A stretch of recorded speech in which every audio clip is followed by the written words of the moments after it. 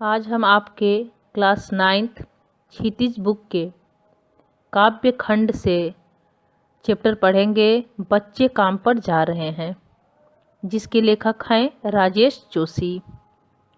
राजेश जोशी का जन्म 1946 में किस सन में हुआ था? तो 1946 में मध्य प्रदेश के नरसिंहगढ़ जिले में हुआ। उन्होंने शिक्षा पूरी करने के बाद पत्रकारिता शुरू की और कुछ सालों तक अध्यापन किया। अध्यापन का मतलब आप समझ रहे होंगे कि पढ़ाने का कार्य। राजेश जोशी ने कविताओं के अलावा कहानियाँ, नाटक, लेख और टिप्पणियाँ भी लिखी। साथ ही उन्होंने कुछ नाट्य रूपांतरण भी किए हैं। कुछ लघु फिल्मों के लिए पटकथा लेखन का कार्य भी किया है। लघु फिल्में यानी जो छोटे छोटे फिल्म होते हैं, उनकी कथा भी यह लिखे हैं। जो आपके लेखक हैं राजेश जोशी। उन्होंने भर्तृहरि की कविताओं की अनुरचना, भूमिका, कल्पतरु यह भी एवं मायाकोव्स्की की कविता का अनुवाद पतलून पहिना बादल नाम से किया है। कई भारतीय भाषाओं के साथ साथ अंग्रेजी, रूसी और जर्मन में भी राजेश जी की कविताओं का अनुवाद प्रकाशित हुए हैं। इनकी कविताओं का अनुवाद हिंदी के साथ साथ किन किन भाषाओं में हुआ है? तो अंग्रेजी में हुआ है, रूसी में हुआ है, जर्मन में भी हुआ है। राजेश जोशी के प्रमुख काव्य संग्रह हैं। अब यहाँ देखिएगा कि इनके जो प्रमुख काव्य संग्रह हैं क्या क्या हैं। एक दिन बोलेंगे पेड़, मिट्टी का चेहरा, नेपथ्य में हंसी और दो पंक्तियों के बीच। अब देखिए कि इन्हें किन किन पुरस्कार से सम्मानित किया गया है, कौन कौन सा उन्हें पुरस्कार मिला है। तो उन्हें माखनलाल चतुर्वेदी पुरस्कार, मध्य प्रदेश शासन का शिखर सम्मान, चूंकि वह मध्य प्रदेश के ही रहने वाले थे तो वहाँ राज्य सरकार द्वारा भी उन्हें पुरस्कृत किया गया था। यानी शासन के द्वारा कौन सा सम्मान मिला था? तो शिखर सम्मान प्रदेश सरकार से उन्हें मिला था, चूंकि वह मध्य प्रदेश के ही रहने वाले थे। और साहित्य अकादमी पुरस्कार से सम्मानित किया गया था, जो कि उन्हें केंद्र सरकार से मिला था। साहित्य अकादमी का जो पुरस्कार है वह उन्हें केंद्र सरकार से मिला था और शिखर सम्मान उन्हें राज्य सरकार से मिला था, मध्य प्रदेश से। राजेश जोशी की कविताएं गहरे सामाजिक अभिप्राय वाली होती हैं। वे जीवन के संकट में भी गहरी आस्था को उभारती हैं। उनकी कविताओं में स्थानीय बोली, बानी, मिजाज और मौसम सभी कुछ व्याप्त हैं। उनके काव्यलोक में आत्मीयता और लयात्मकता है तथा मनुष्यता को बचाए रखने का एक निरंतर संघर्ष भी। दुनिया के नष्ट होने का खतरा राजेश जोशी को जितना प्रबल दिखाई देता है, उतना ही वे जीवन की संभावनाओं की खोज के लिए बेचैन दिखाई देते हैं। राजेश जोशी जी की जो कविताएं होती थीं, उसमें गहरे सामाजिक अभिप्राय वाली होती थीं। वे जीवन के संकट में भी गहरी आस्था को उभारते हैं। उभारते मतलब आस्था मतलब विश्वास होता है। राजेश जोशी भी हैं जो जीवन के लिए हमारे संकट है, जैसे बाल विवाह था, बाल श्रम था, तो ऐसी ऐसी संकटों पे वह अपने कविताओं को लिखते थे। अपनी कविताओं के माध्यम से हमारे समाज में जो एक कुप्रथाएं थी उनको उजागर करने का प्रयास करते थे। तो इसी से संबंधित आपके क्लास 9 क्षितिज में जो पाठ है, बच्चे काम पर जा रहे हैं, यह भी शायद उनकी कविता इसी तरह की कुछ है। यह जो कविता है उसमें बच्चों के बचपन छीन लिए जाने की पीड़ा को आप व्यक्त किए हैं। आप देखते होंगे कि बहुत छोटे छोटे बच्चे कभी हमें होटल में दिखाई देते हैं बर्तन धोते हुए या कभी ठेला लगाते हुए, जबकि उनका काम अभी पढ़ाई करना होता है, स्कूल जाना होता है। लेकिन हमारे भारत में बाल श्रम की व्यवस्था थी, उसे बाद में ख़त्म किया गया। 1986 में चाइल्ड लेबर एक्ट बनाया गया, यानी बाल श्रम, जिसके तहत 14 वर्ष से कम आयु के बच्चे से कार्य करवाना दंडनीय अपराध माना गया। यह बनाया गया 1986 में। लेकिन अभी भी हमें बहुत जगह बच्चे काम करते हुए दिखाई देते हैं। तो यह जो आपकी कविता है इसी से संबंधित है। कवि ने उस सामाजिक आर्थिक विडंबना की ओर इशारा किया है जिनमें कुछ बच्चे खेल, शिक्षा और जीवन की उमंग से वंचित हैं। देखिए, शीर्षक का नाम है बच्चे काम पर जा रहे हैं। पहले ही बता चुकी हूँ इसके बारे में कि इससे संबंधित यह आपका चैप्टर है और राजेश जोशी बड़े ही सुंदर ढंग से इसका वर्णन किए हैं। क्या लिख रहे हैं कि कोहरे से ढकी सड़क पर बच्चे काम पर जा रहे हैं सुबह सुबह। कोहरे से ढकी यानी आप जानते हैं धुंध। जब ठंडी के दिन में कोहरा पड़ता है तो काफ़ी लंबा समय तक अंधेरा होता है, सड़कों पे कुछ दिखाई नहीं देता है। सुबह सुबह काफ़ी ठंडक होती है और उस कोहरे के ठंड में सुबह सुबह सड़क पर बच्चे काम पर जा रहे हैं। फिर नीचे क्या लिख रहे हैं कि बच्चे काम पर जा रहे हैं। हमारे समय की सबसे भयानक पंक्ति है यह। बच्चे काम पर जा रहे हैं, यह जो पंक्ति लिखा गया है इस पंक्ति के बारे में बात कर रहे हैं, इस लाइन के बारे में कवि बात कर रहे हैं कि यह जो पंक्ति है बच्चे काम पर जा रहे हैं, यह हमारे समय की सबसे भयानक सत्य है। अभी भी यह सत्य है कि अभी भी बाल श्रम करवाया जा रहा है, बाल मजदूरी करवाया जा रहा है, अभी भी बच्चे काम पर जा रहे हैं। तो लेखक क्या कह रहे हैं कि हमारे समय की यह सबसे भयानक सत्य है, यह जो पंक्ति है कि बच्चे काम पर जा रहे हैं। फिर नीचे कह रहे हैं कि भयानक है, इसे विवरण की तरह लिखा जाना।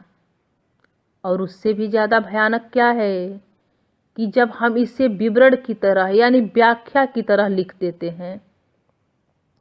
किस तरह लिखा जाना चाहिए? लिखा जाना चाहिए इसे सवाल की तरह। लेखक क्या कह रहे हैं, फिर से आप एक बार देख लीजिए कि कोहरे से ढकी सड़क पर बच्चे काम पर जा रहे हैं सुबह सुबह। बच्चे काम पर जा रहे हैं, यह जो पंक्ति है बच्चे काम पर जा रहे हैं, यह हमारे समय की सबसे भयानक और सत्य पंक्ति है। इस पंक्ति को विवरण की तरह नहीं लिखा जाना चाहिए, यानी केवल व्याख्या की तरह नहीं लिखा जाना चाहिए कि हम इस पे पूरा विस्तार से लिख दिए कि हाँ हमारे देश में बच्चे इस जगह पे काम पे जा रहे हैं। इसे विस्तार पूर्वक नहीं लिखा जाना चाहिए, इसे एक प्रश्न की तरह लिखा जाना चाहिए कि लोगों के मन में इससे संबंधित प्रश्न उठे कि हाँ आखिर बच्चे काम पर क्यों जा रहे हैं। तो इसे एक सवाल की तरह लिखा जाना चाहिए, न कि एक विवरण की तरह लिखा जाना चाहिए। देखिए आगे लेखक क्या कह रहे हैं, काम पर जा रहे हैं बच्चे। क्या अंतरिक्ष में गिर गई हैं सारी गेंदें? क्या दीमकों ने खा लिया है सारी रंग बिरंगी किताबों को? क्या काले पहाड़ के नीचे दब गए हैं सारे खिलौने? क्या किसी भूकंप में ढह गई है सारे मदरसों की इमारतें? लेखक क्या कह रहे हैं कि आखिर बच्चे काम पर क्यों जा रहे हैं? आखिर बच्चे काम पर क्यों जा रहे हैं? क्या अंतरिक्ष में गिर गई हैं सारी गेंदें? गेंदे का मतलब आप समझ ही रहे होंगे कि गेंद की कह रहे हैं कि क्या जो हमारे देश की, हमारे ज़मीन की, भूमि की जो गेंदें हैं क्या वह सारी अंतरिक्ष में चले गए हैं, सारे अंतरिक्ष में जाकर गिर गए हैं कि बच्चों को खेलने के लिए नहीं मिल रहे हैं? फिर कह रहे हैं कि क्या दीमकों ने खा लिया है सारी रंग बिरंगी किताबों को? दीमक एक ऐसा कीड़ा होता है जो कि किताबों में लगता है तो किताबों को चाट जाता है, यानी बीच बीच से किताब में छेद हो जाता है। तो कह रहे हैं कि क्या जो भी ये रंग बिरंगी किताबें हैं, पुस्तकें हैं, क्या उन्हें दीमकों ने खा लिया है कि जो बच्चों को पढ़ने के लिए नहीं मिल रहा है, बच्चे पढ़ नहीं पा रहे हैं? आखिर बच्चे काम पे क्यों जा रहे हैं, इसका क्या कारण है?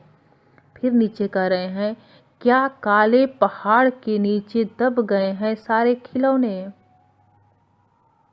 जो खिलौने हैं अर्थात छोटे छोटे बच्चों के लिए जो खेलने की चीज़ हैं, क्या वह किसी काले पहाड़ के नीचे दब गए हैं?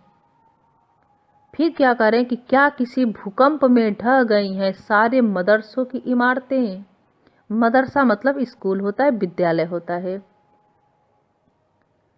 तो लेखक क्या कर रहे हैं कि क्या किसी भूकंप में हमारे देश की सारी जो विद्यालय हैं वह ढह गए हैं?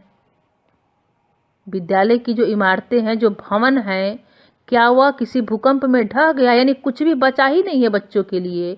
ना गेंद बचा है, ना किताब बचा है, ना कोई खिलौना बच गया है, और ना ही कोई स्कूल बच गया है। जबकि सब कुछ है, जैसा है वैसे ही है, फिर भी बच्चे काम पर क्यों जा रहे हैं? इसी लेखक एक प्रश्न की तरह पूछ रहे हैं कि आखिर बच्चे काम पे क्यों जा रहे हैं। देखिए आगे क्या लिखते हैं। क्या सारे मैदान, सारे बगीचे और घरों के आंगन खत्म हो गए हैं एकाएक?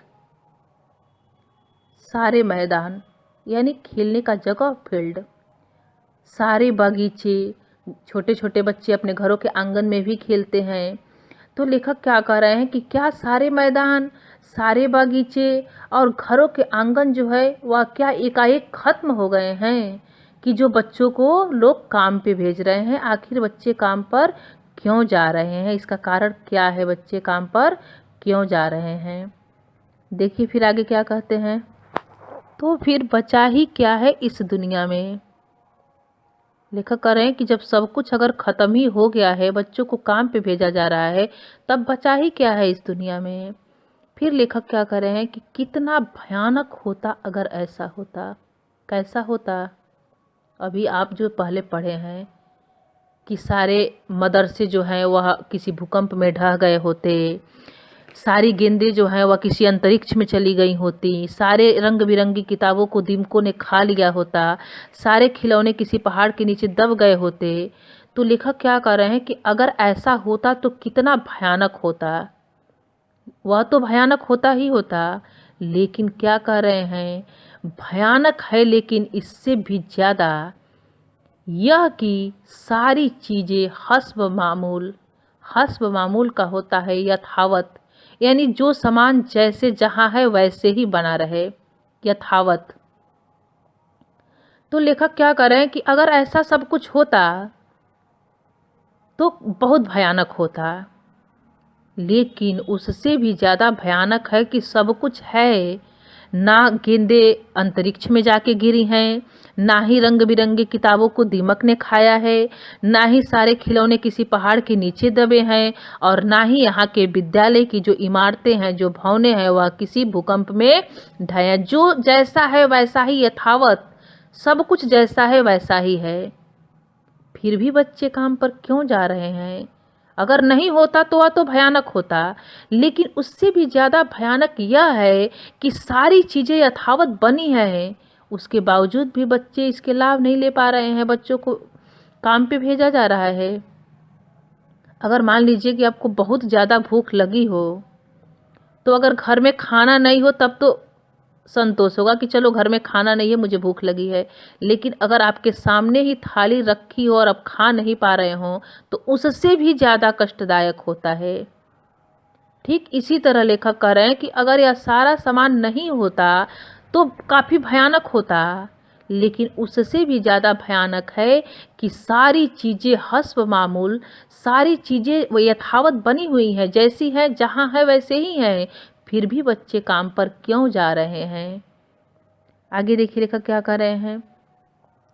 पर इस दुनिया की हजारों सड़कों से गुजरते हुए बच्चे, बहुत छोटे छोटे बच्चे काम पर जा रहे हैं कि जो सामान जैसा है वैसे ही यथावत बना हुआ है। फिर भी दुनिया की हजारों सड़कों पर, यहाँ केवल अपने देश की बात नहीं की जा रही है, दुनिया यानी विश्व की, संसार की हजारों सड़कों से गुजरते हुए बच्चे, और वो भी बहुत छोटे छोटे बच्चे काम पर जा रहे हैं। हमारा जो अगला वीडियो होगा आपके इस पाठ से संबंधित, बच्चे काम पर जा रहे हैं, इस पाठ से संबंधित कुछ महत्वपूर्ण प्रश्नों का उसमें मैं रिवीजन करवाऊंगी।